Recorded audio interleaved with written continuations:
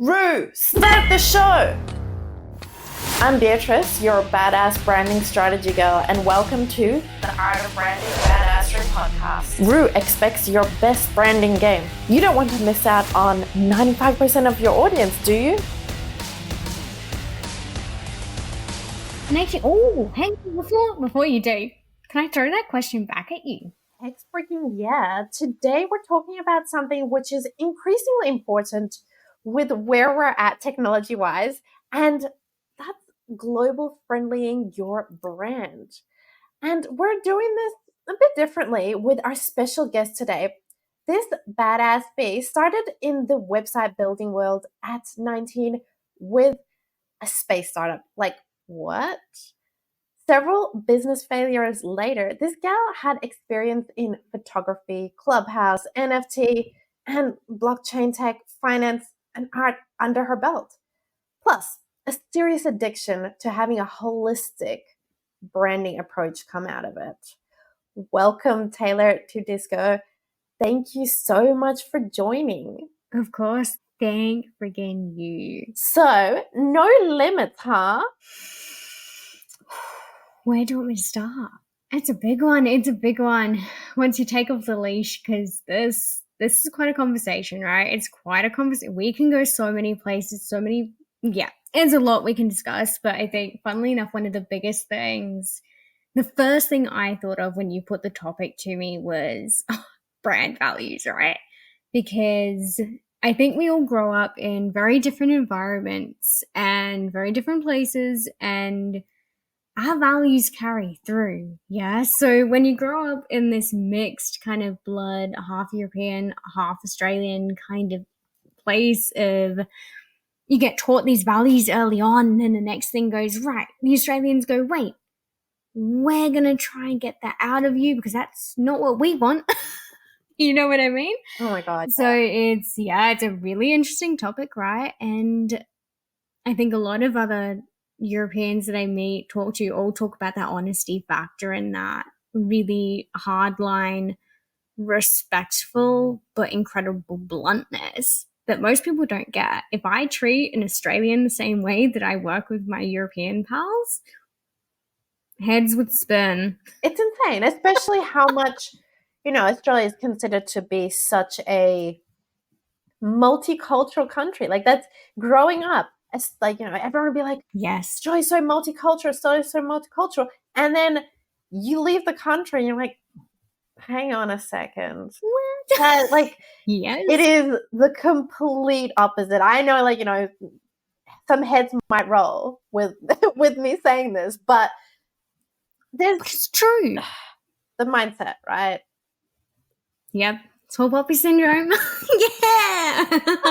Gotta love it, right? It's insane. And going from that kind of culture to, say, for example, the Southeast Asia culture.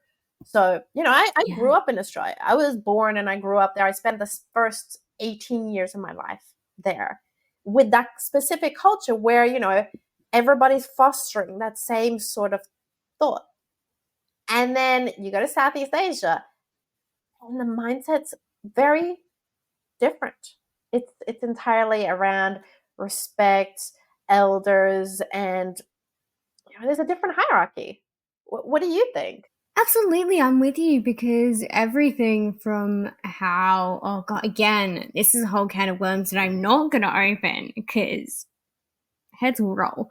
But there is that whole different aspect of, I think it always shocks me when I meet people who I grew up with who didn't grow up in that same like multi-blooded kind of environment, which is like, whoa, your values are completely different. Like, just everything, again, so different. But yeah, tall poppy syndrome in and of itself, I think I've actually been working through a whole lot of that, layers and layers of inputted gunk for a good 3 to 4 months. And it's been layer upon layer of removal, and having to understand that our cultures really do influence everything we do. So how we build businesses, to how we think, to how we walk, heck, it's everything. And yeah, there's just so much to it. if I start, I'm not going to stop. Yeah, look, I mean, I think even when you're speaking to somebody, say for example, somebody who's traveled around the world versus somebody who's never left their country, just for whatever reason it might be, the way that you approach or the even the sense of creativity or the approach to creativity is very different. So, say for example, in, you know, Myanmar, right? The things that would necessarily work in Australia or even like any Western country, it's not going to work there. And Yes. you just need to figure it out. You're just like, okay, hang on, what else can I do? And it opens up to that creativity. Mm-hmm. Oh, yeah. And one of the other big ones that I know I find is how, yeah, exactly the same thing with just how different markets are right across the world. Because if you take the luxury wedding market in America is nothing like it is in Australia and Europe. Nothing. Photographers are completely different in style, approach, everything like that. And what we call from here, like what's considered probably American luxury market, isn't luxury market here at all. Like it's wild. It's wild.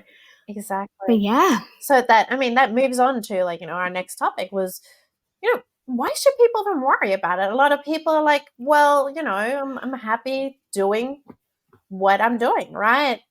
Why Yeah. should I even care? What do you think? Ooh, I want to throw that back at you first. What do you think? You know what? I think it impacts in such a big way because of technology.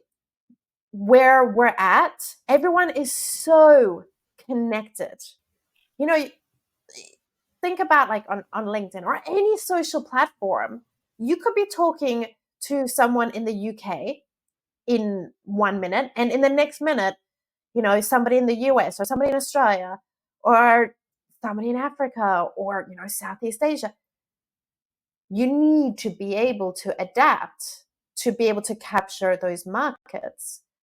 It's no longer a point of, hey, look, this advertising is going to work, as like, just showing it this many times.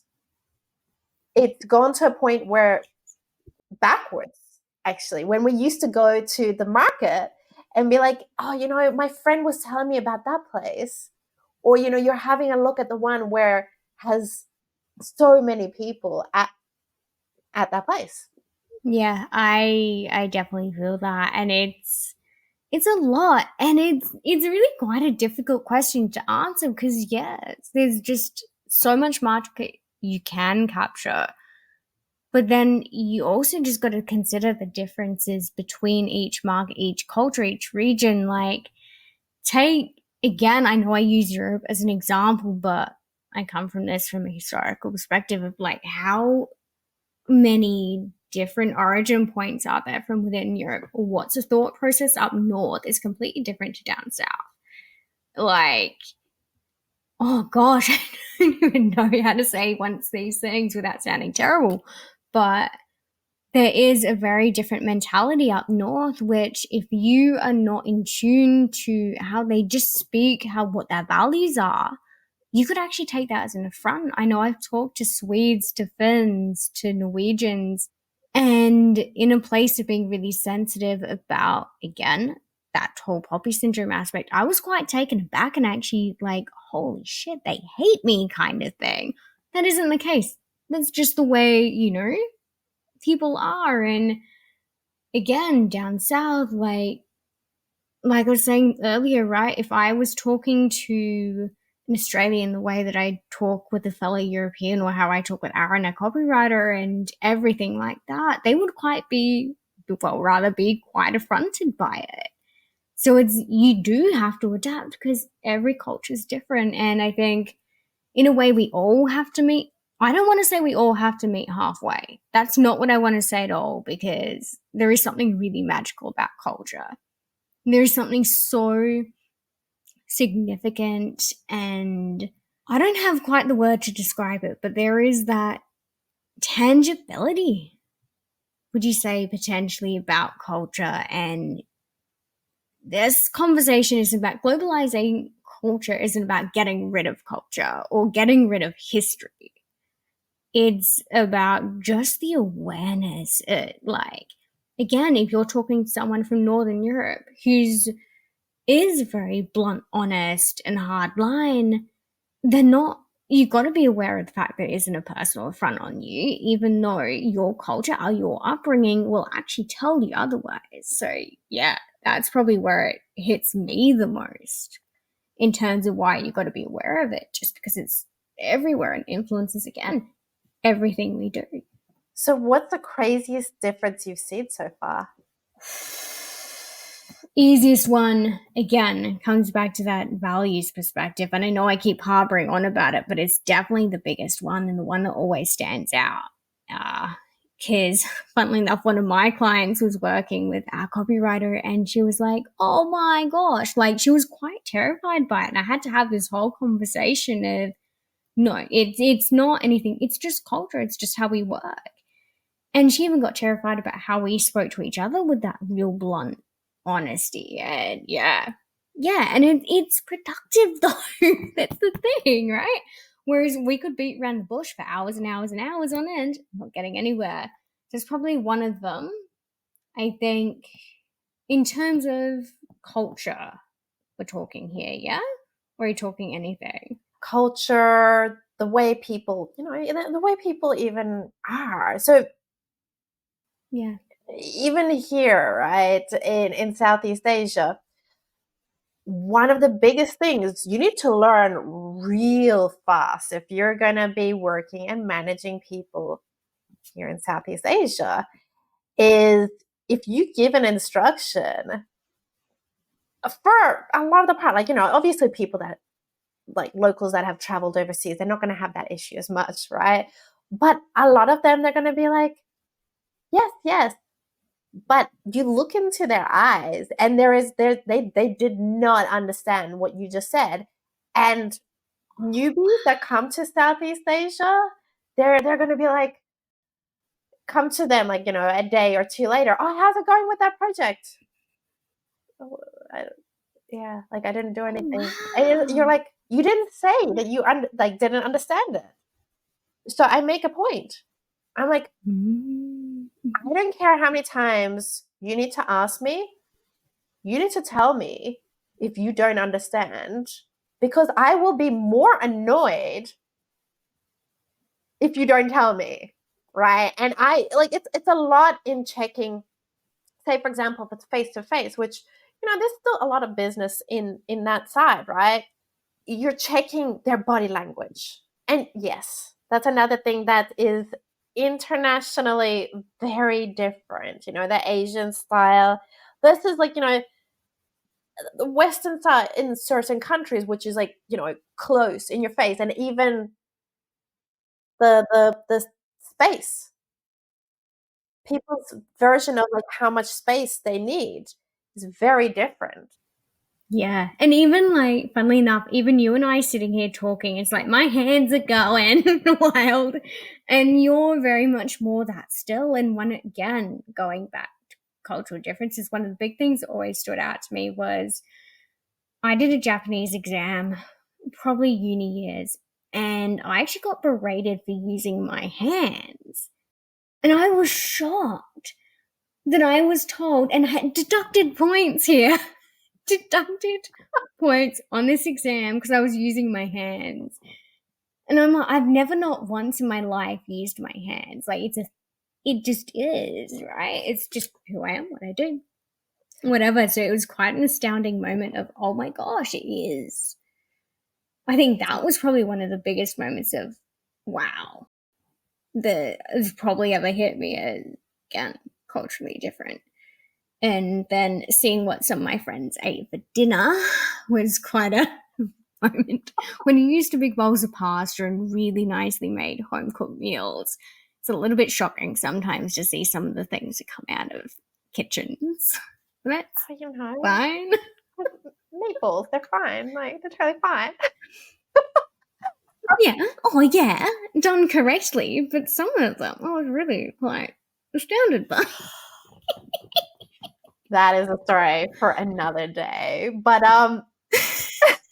Yeah, I was gonna I ask. feel like, based on both of our stories, we have a hell of a lot to say about how symbolism and colors have affected in, adapting to different cultures, to different religions. Like, what issues have you found? Okay, backstory here. I'm a history major. My area of history was Nazi iconography and Third Reich iconography. So I'm very aware of Roman mythologies and Norse mythologies and eagles and different symbolisms. And it's really interesting when you get a like very much an Eastern based acupuncturist project, and the big thing is you go in for the eagles, you go in for the Native American symbolism.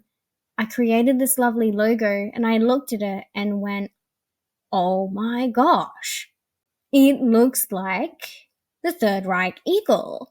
And it's just a place of you really have to understand your symbolism, your colors, and what is out there, because it is a very prevalent thing. And I'm not, again, anti using influences from different historical eras. If you look at my brand, it's literally Renaissance era, everything, yeah. Even initially, it was very Roman, it was completely very Latin, very Roman. But you have to be aware of things that do, what's the word I'm looking for here?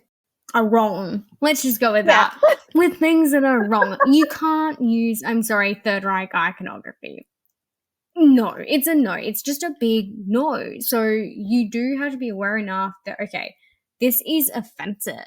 And I am very aware of that. So how can I make sure it doesn't look anything like that? No one can see any of that in it. And it is a very prevalent topic. Even the other day in a group chat, we're all talking about tat designs and everything like that and going down the Roman side. But it was like, hang on, hold up a minute. You have to make sure it doesn't look Third Reich like because of that. Again, that's very easy kind of example, but I feel like you have a story brewing because you're making a face. You know what? Like, look, I'm jumping back on yours, but that the Third Reich, like the symbol, right? There are certain Yeah, cultures, we talking the eagle or the short sticker? the Schwarzsticker. There are certain cultures, including in Southeast Asia, Yes. where you turn that Yes. and it means something different. Mm-hmm. Yep, absolutely. And it means peace, right? And that, again, going back to the same project, it was looking for peace symbols. It was looking for a lot of those really nice, very, again, connected symbols. And it was, how can I use this? But I just couldn't find a way to make it work without it looking, ooh. Because, again, it was an American company. Well, it's an American business, even though it's rooted in Eastern cultures. So it is you do have to take a very big balance of all of it anyway, especially if you're working globally. But then if you are taking cultural influences from outside, then what does it actually mean within your own location? Because that could be, again, like we're saying, yeah, whole different. Exactly. Like, I have a crazy story in terms of how not understanding the significance of combining elements, be it different Ooh, symbols yeah. affected in a massive way. So back in Myanmar, there was this restaurant that once opened. I was there for their grand opening, and it was thriving. This was like the first week or so, right? And then they happened to put out an advertisement for, it was a promotion for something like a special night, right? But in the center of it was the image of the Buddha wearing headphones. And you know what? the Buddhists that are like, so peaceful, they were out there in front of that restaurant calling for shit to happen, right? Yeah, Wow. it was bad. What? So the owner, um who is like a repat, so like they came back to the country, as well as the expats working there, they got put in jail for years. What? For years. The place got shut down, and there was a stigma to that place. It affected in such a big way that nobody even wanted to rent out that place for, I believe it was 6, 7 years afterwards. It's a small thing. It is a Jeebus. But it's tiny not. thing. Yeah.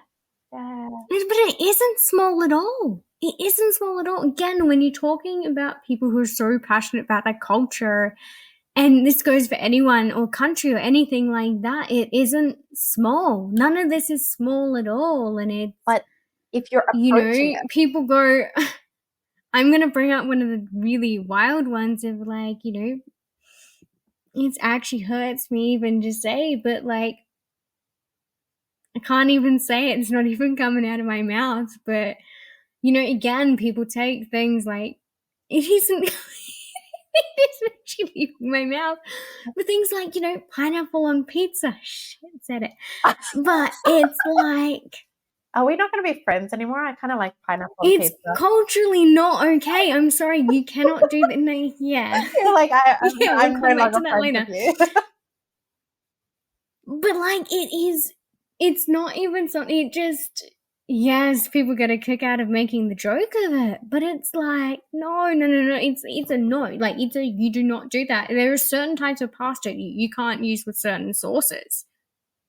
You can't do it. It's not okay. You know what I mean? And to most people it sounds really ridiculous, but when again, to the culture, to the people, no, you don't do it. You don't do it at all. It's crazy. It is insanity how people perceive that, and you know all these crazy stories that we've had. That links to the next topic, right? That Yes, storytelling, and yes. how can you tell a story and it still affect people on a global level? Say, like, okay, we take into account Nike, right? We have a look at their brand, and their Mm-hmm. storytelling is so powerful. It does not matter what country it is, it will be effective. It will hit those emotions, and they're not even talking about their product. And you said the key word there. You said the word emotions, which is 110%. The thing is, the easiest way to appeal to people in any kind of situation is emotion. It's story, it's really getting deep into the psyche, and that is where the magic of storytelling is. That's where the magic of brand messaging is. It's where, anything is. Take any of these books sitting behind me, right?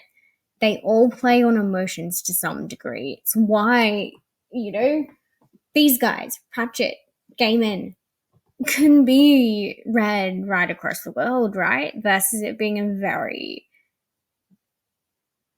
where are they from? Are they American? I'm not even sure. But, very much a location based story. And yet, even some of the very, no, even some of their like oldest and most raw, again, culturally significant texts, they can still be read right across the world, not just because they play on emotions, but because they all play on universal ideas. And that is where you want, well, any story really does play on universal ideas if you know how to input them correctly, right? You know what? That makes me think of something. So, like, stories that are universal, right? If you think about, okay, we both grew up with Where's Wally, but in America, it's called Yes. Where's Waldo, and there's other countries where the Mm-hmm. name is changed. So what do you think in Yeah. terms of this whole changing names according to culture? I mean, like, say McDonald's, they've changed their name of Yeah. like their burger according to the culture. So, Hey, wow, I didn't actually know that. like, not the name of No the way, but it makes so much sense. It makes so much sense though. Well, I always remember, look, I agree, but it also makes me laugh to a massive extent because we always used to laugh about, Harry Potter and the Philosopher's Stone versus the Sorcerer's Stone, and it just never made sense. Yeah. And even, I can't even think of how many books that have different names in different countries and things like that. But yeah, what was the question? what do you think? Like, if owners are looking at talking to different audiences and they're putting out different Yeah. stories, right? Should they adjust the name according to a culture? Like, okay, say for example, Well, why not? if you're talking Yeah. to a German audience and you're an Australian, right? You'd want to adjust it to like a more Germanish or Germanic sounding name. Yeah, potentially. Actually, funnily enough, I do this within interests of my clients. So if I know that they are a fantasy fan, a fiction fan, I will keep in my Wheel of Time references. They're big Wheel of Time references that if you know, you know. And it's really kind of a cool, kind of like end joke kind of thing. But I know also for the people that I work with who don't connect with that, they'll kind of go, what the hell are you on about a ruby dagger? Yeah, everyone who watches Wheel of Time has read Wheel of Time. More importantly, will know exactly what I mean when I talk about a ruby dagger. And it's something that, you do adapt. And this is why, there is something to be said for things like custom things that aren't just all automated, because then you lose some of that. Yeah. Because if you have an automated guide going out to everyone who inquires, you can't make those mini adaptations. You can't make those mini customizations, which are so minute, so small, but so important, on the overall. And I also want to throw that back at you. In terms of the names and adjustments? Yes, in terms of names and adjustments. Yeah, so I think it's important to consider each culture. Do that research. What's important to them? What is like currently, what are people there talking about? Okay, like I'm not saying go and jump on some kind of like trend. I just mean the things that are important to them are going to be different regardless of where you're going. And I don't even mean just like names. It goes to the things that you use, from the messaging, from the images, etc. It's all going to hit different. Like, say for example, if you go to like a lot of Southeast Asia, like anime and that sort of thing is going to be a lot bigger versus live action, etc. So that's another Yeah. thing. But you know what? Yeah. I know this is a thing for you as well. Another thing to consider is the use of emojis, because not only culturally, but then you need to think Yeah. about generationally, because the exact Yes. same emoji is going to mean something totally different depending on the culture, depending on the upbringing, and depending on the Yeah. generation. Mm-hmm. Yep. And I know the meanings of the emojis that my grandparents used to communicate are completely different to how I use them. And it's really fun and really interesting to actually be able to sit there and interpret it. Because I know a lot of people who just go, eh, like my brother, he freaks out about it and doesn't get it. He doesn't understand it. Whereas I'm sitting there going and have a little giggle at an understanding of it. But it's really interesting you say that as well, because it is so significantly different. And even something like, how everyone uses this emoji is like perfect. It doesn't mean perfect at all. It means what the fuck. And I'm like, you can't use this as that, especially when I'm sitting, like, when you go, what? Or something like that. You see, hand goes like that. It's not this is perfection. This is perfection. You know what I You know mean? what? I agree with you. I think it's like the It's generation interesting. thing as It's really well. interesting.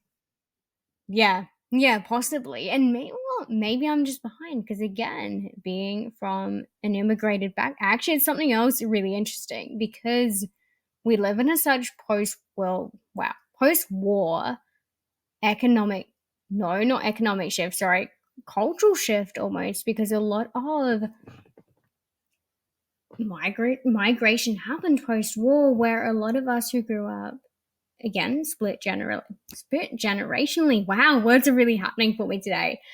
Split culturally. Also have this interesting thing where the culture we grew up on is actually not necessarily the culture of the country today, but it was in maybe the 1950s, 1960s. And it's really interesting how the world is not just that place of mixed culture anymore, it's a place of mixed generational culture, and it always will be. But it's never probably been to this extent before now, right? Exactly. Because I again, like, yeah, I guess it also depends country to country and like time wise as well. But yeah, it's an interesting one. Even there, right? Another thing to take into account is it's social media.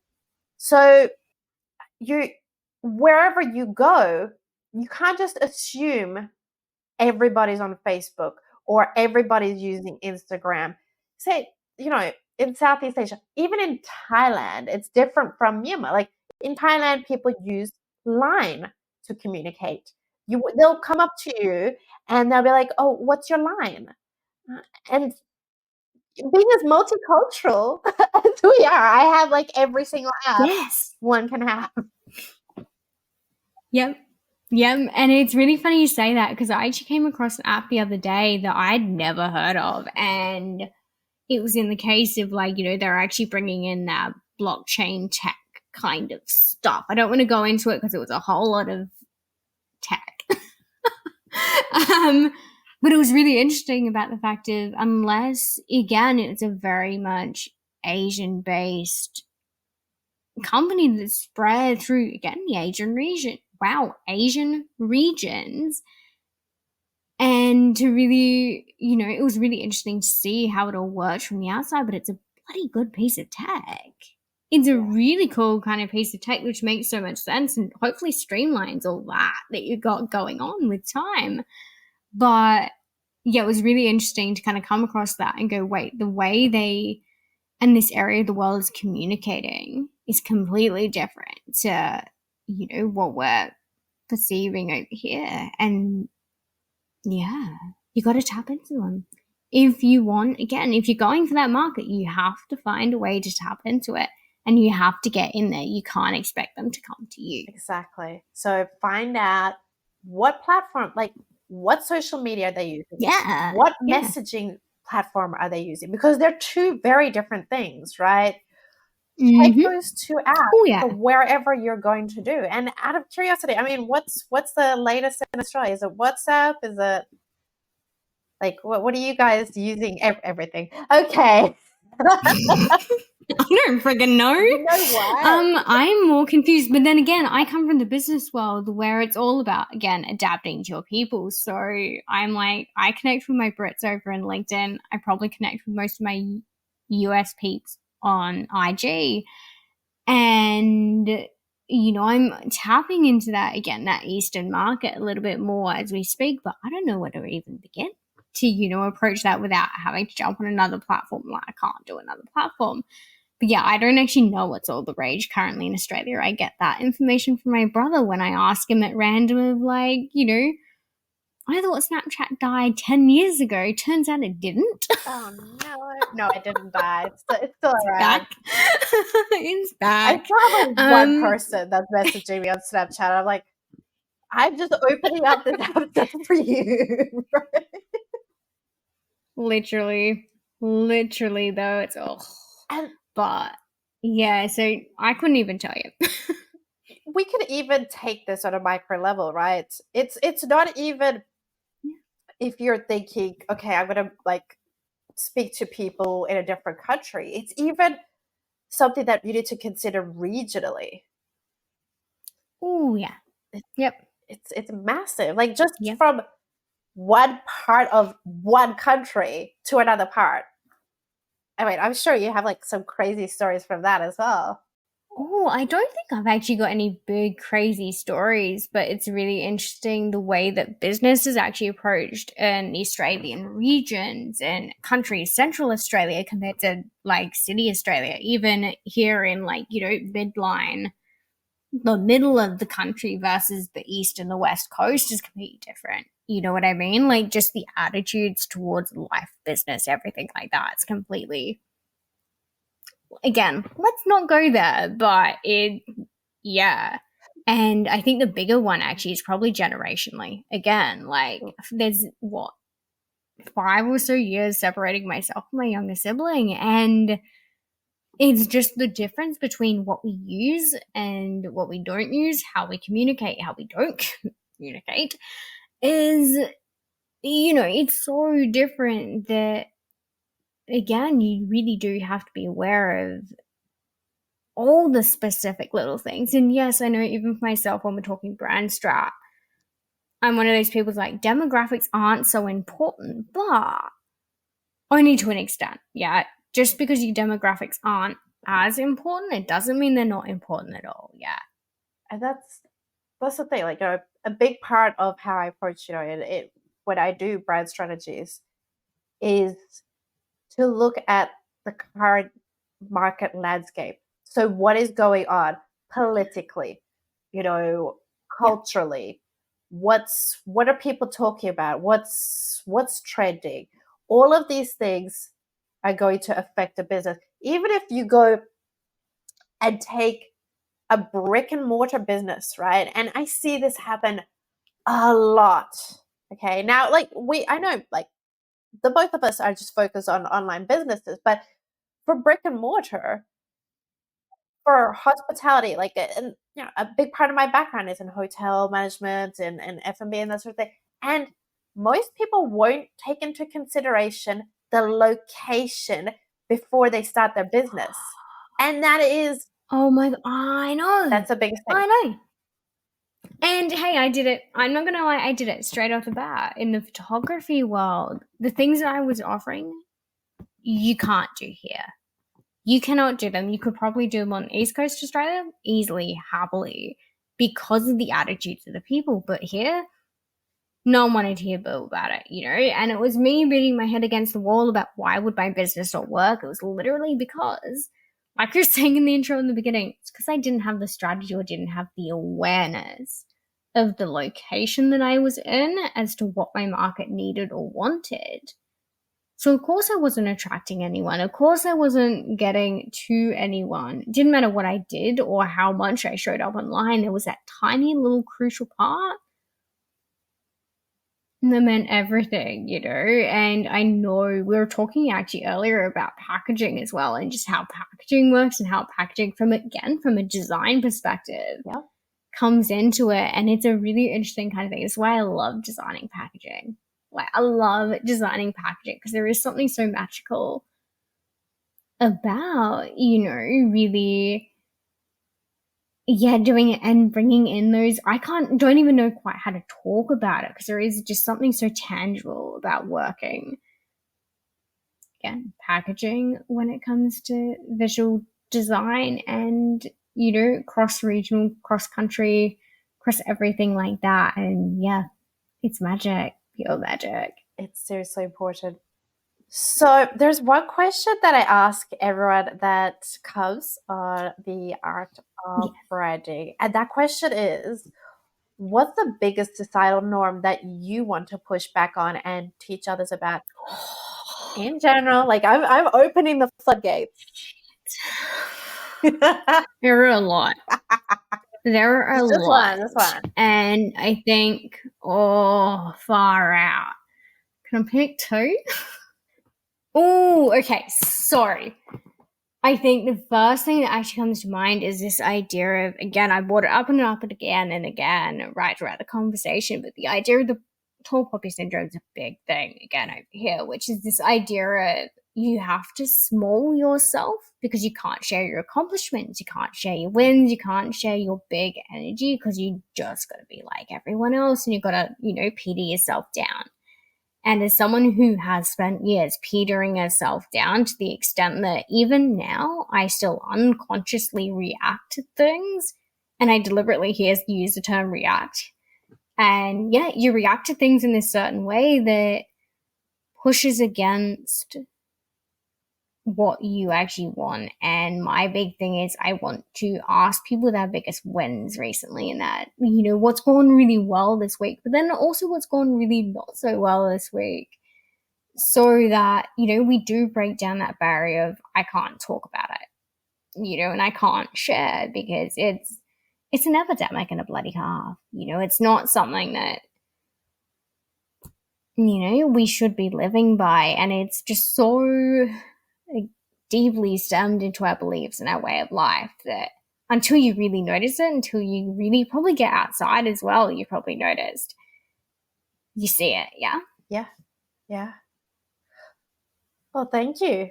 And actually, hang on, before you do, can I throw that question back at you?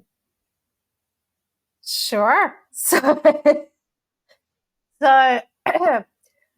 what's important to me is the breaking of those societal norms, because we're always we're brought up, schooling is there to put us into like specific little boxes. This is the life. You need to grow up, go to university, get a good job, get a mortgage, get a house, get a white picket fence, get 2.5 kids. Why don't you have more kids? Why don't you have a dog? What, like, there's always these expectations put on us, which is not even from a government level. It is put on us from each other. And I want to push back on that.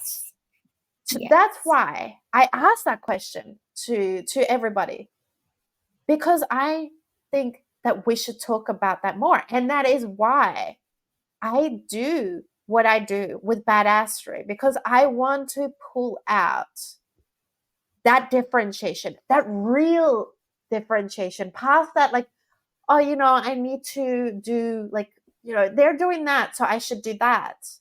Don't, because you're going to just blend in with them. And that is how I feel about societal norms, because I spent a long time with people saying, oh, just get a job. Just get a job. Get some money. Get some steady income. Then you can do your own thing. No, that is not what I want. And I'm now helping others to stand out in their own right and freaking dominate. Yeah.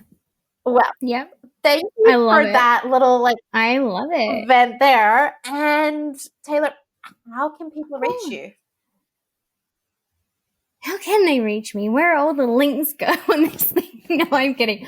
Well, you can find me in the links in all the places wherever the links go, but you can find me in the IGs, the LinkedIns, that's it.